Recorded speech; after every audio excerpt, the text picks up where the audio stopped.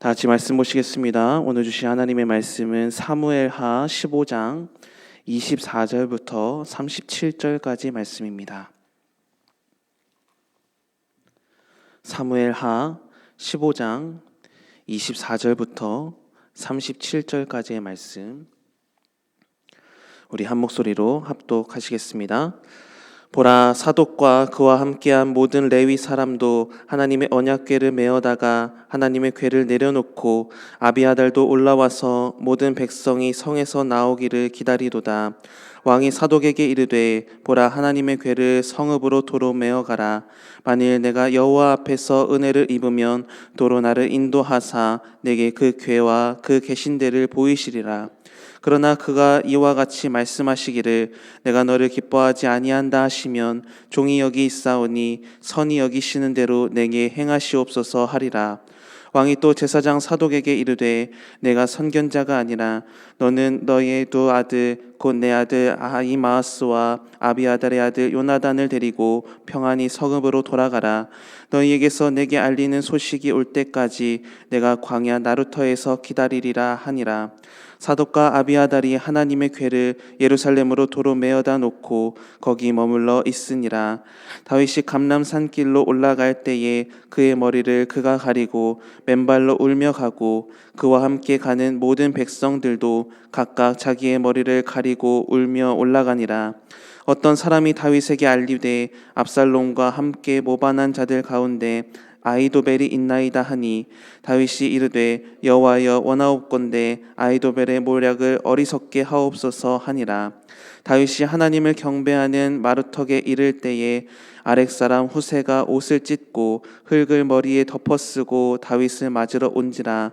다윗이 그에게 이르되, 내가 만일 나와 함께 나아가면 내게 누를 끼치리라.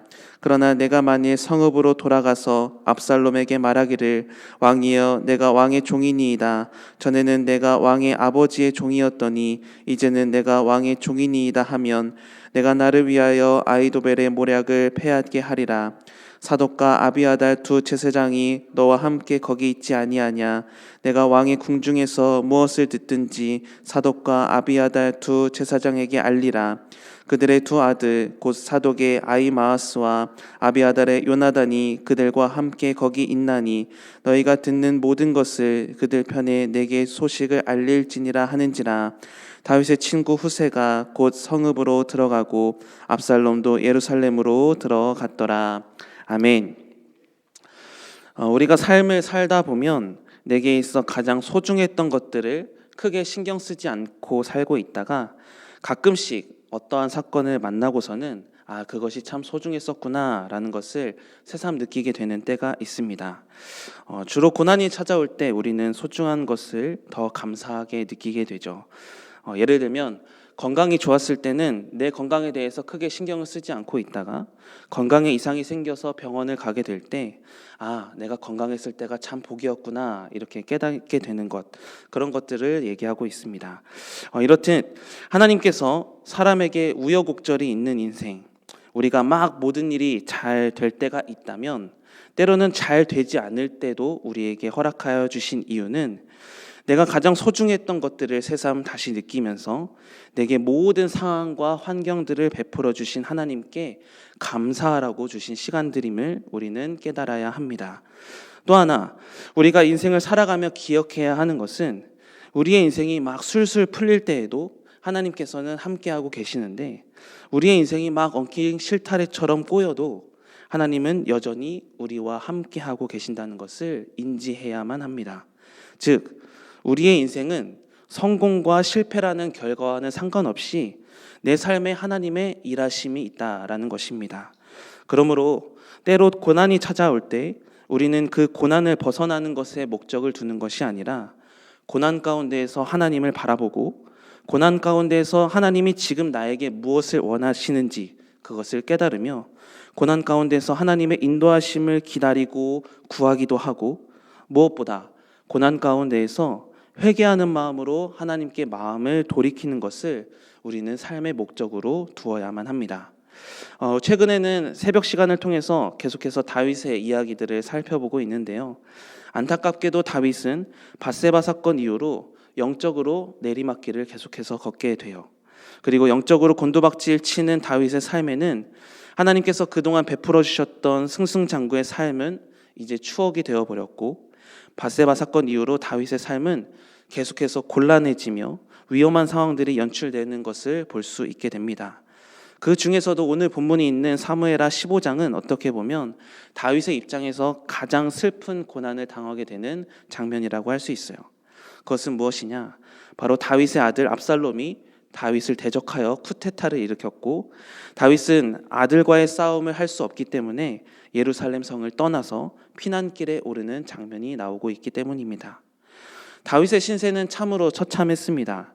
이스라엘 왕으로서 왕궁을 버리고 도망가는 상황도 참 받아들이기 어려웠을 텐데, 자신을 쫓아낸 사람이 다른 사람도 아니라 바로 자신의 아들 압살롬이었기 때문입니다. 아들에게 배반당한 이 아버지의 마음은 세상 그 어떤 고통과도 바꿀 수 없는 참담함 그 자체였을 것입니다. 그러나 다윗이 이런 참담하고 절망적인 상황을 경험하게 된 것은 전적으로 하나님의 뜻이 있었습니다. 하나님은 다윗이 영적으로 일어서기를 원하셨습니다. 그런데 다윗이 평안하게 삶을 살거나 다윗 성 안에서 삶을 살 때는 도무지 영적으로 깨어나지 못하는 것이에요. 그래서 하나님은 다윗을 영적으로 깨우시기 위해서 다윗 성에서 몰아내시며 이스라엘 왕의 자리를 위협하게끔 압살롬을 사용하셨던 것입니다. 그런데 사실 다윗이 지금 이렇게 고난을 받고 있는 이유는 다윗이 스스로 자처했던 상황 때문입니다. 자신의 그 영적인 게으름이 욕망을 일으켰고, 그 욕망은 간음을 저지르고 살인죄를 저지르게 되죠. 또 다윗의 간음과 살인은 자녀들을 올바로 양육하지 못하는 데까지 이르며 마침내 자녀가 자신을 배반하는 지경에 이르게 된 것이죠. 그럼에도 불구하고 하나님은 다윗을 사랑하셨습니다. 그리고 다윗과 늘 함께 하셨습니다. 그래서 다윗이 자신의 잘못을 깨닫고 영적 타락의 길에서 돌이켜서 하나님 앞에서의 삶을 다시금 살아가기를 원하셨어요. 그래서 밧세바 사건 이후로 어떤 상황에서도 자신이 하나님 앞에 있어야 하는 사람임을 크게 깨닫지 못했던 다윗이었는데, 과거 다윗이 사울에게 쫓겨다녔던 것처럼 이제는 압살롬에게 쫓겨다니는 상황으로 하나님이 몰아가시니 비로소 하나님이 나와 함께 하시는구나, 다윗이 그것을 깨닫게 됩니다. 그리고 하나님의 원하심대로 쫓겨다니는 상황에서 하나님을 인식하기 시작했던 다윗은 이제 다시 하나님 앞에서의 삶을 살기로 결단하면서 오늘 본문에서 두 가지의 행동을 하게 됩니다. 먼저 첫 번째로 다윗은 제사장 사독과 아비아달이 가져온 언약궤를 다시 예루살렘으로 돌려보냅니다. 오늘 본문 25절 26절의 말씀인데요. 왕이 사독에게 이르되 보라, 하나님의 궤를 성읍으로 도로 메어가라. 만일 내가 여호와 앞에서 은혜를 입으면 도로 나를 인도하사 내게 그 궤와 그 계신대를 보이시리라. 그러나 그가 이와 같이 말씀하시기를 내가 너를 기뻐하지 아니한다 하시면 종이 여기 있사오니 선히 여기시는 대로 내게 행하시옵소서 하리라. 아멘. 다윗이 언약궤를 성으로 돌려보내는 일은 다윗에게는 어떻게 보면 큰 결단이었습니다. 만약 자신의 진영에 하나님의 언약궤가 있다라는 것은 무엇이냐면 백성들로 하여금 자신이 더 많은 지지를 얻을 수 있는 가능성을 갖게 되는 거예요. 그래서 다윗과 압살롬의 이런 대립 구도에서 언약궤가 있는 다윗의 측이 좀 더 유리한 위치를 선점할 수 있는 아주 중요한 요소였는데, 다윗은 그 언약궤를 소유하는 것을 과감히 포기했다라는 것이에요. 그가 이 같은 결정을 내린 것은 하나님께 자신의 결국을 맡겨드린다는 의지를 나타내는 행위였습니다. 자신이 죄의 결과로 인해서 압살롬에 의해 죽어도 내가 하나님의 뜻을 받아들이겠다라는 것이었으며, 하나님께서 자신을 어여삐 여겨주셔서 지금의 상황을 역전시켜 주신다면 그 역시도 하나님께서 자신의 결과를 책임져 주시는 것이기 때문에 자신은 그저 하나님 앞에서 하나님이 일하시는 대로 살아가겠다라고 선언한 것이에요. 그리고 이어서 두 번째로 다윗은 회개하는 마음으로 하나님께 나아가기 시작합니다. 오늘 본문 30절의 말씀인데요. 다윗이 감람 산길로 올라갈 때에 그의 머리를 그가 가리고 맨발로 울며 가고 그와 함께 가는 모든 백성들도 각각 자기의 머리를 가리고 울며 올라가니라, 이렇게 말해요. 다윗은 자신을 인도하신 하나님 앞에서 감히 왕의 모습으로 나아갈 수 없었습니다. 그래서 자신의 잘못을 다시 한번 회개하는 마음으로 하나님 앞에서 그의 머리를 가립니다. 그리고 맨발로 울며 나아갑니다.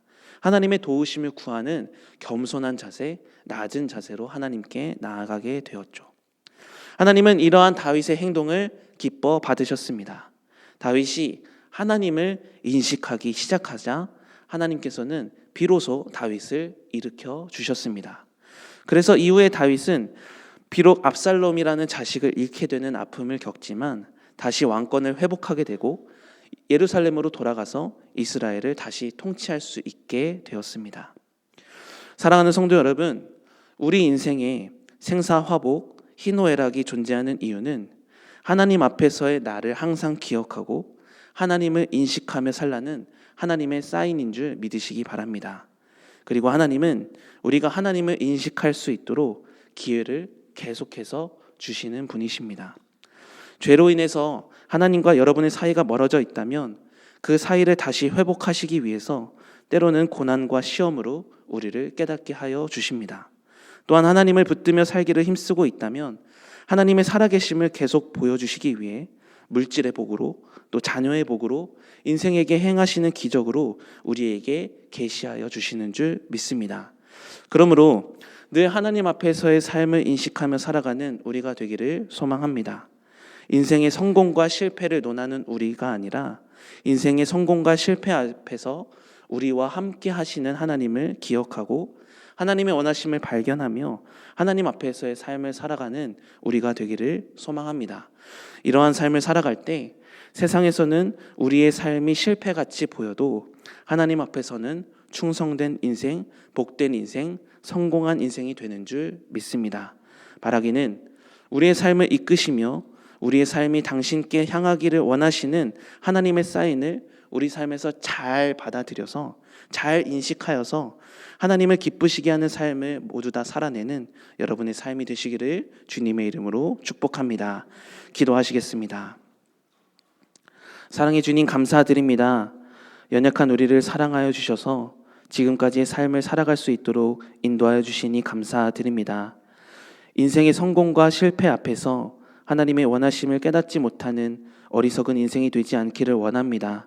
우리에게 지혜를 더하여 주시고 영분별의 은혜를 더하여 주사 하나님 앞에서의 삶을 살아가게 하시고 하나님이 원하시는 삶을 살아내는 우리가 될 수 있도록 인도하여 주시옵소서. 세상 일이 내 뜻대로 되는 것을 구하는 우리가 되지 않게 하여 주시고 되어지는 일 앞에서 하나님의 인도하심을 생각하며 하나님의 계획 안에 동참하며 삶을 살아갈 수 있도록 늘 하나님께 믿음을 구하며 살아가는 우리가 되게 하여 주시옵소서. 오늘도 각자의 기도 제목을 들고 나와 하나님께 기도하는 우리의 기도를 주님 들어주시옵소서. 그리고 하나님께서 가장 선한 방법으로 가장 좋은 것으로 우리에게 역사하여 주사 오늘 하루도 살아계신 하나님을 인정하며 그 살아계신 하나님을 고백하는 인생이 될 수 있도록 축복하여 주시옵소서. 예수님의 이름으로 기도드립니다. 아멘.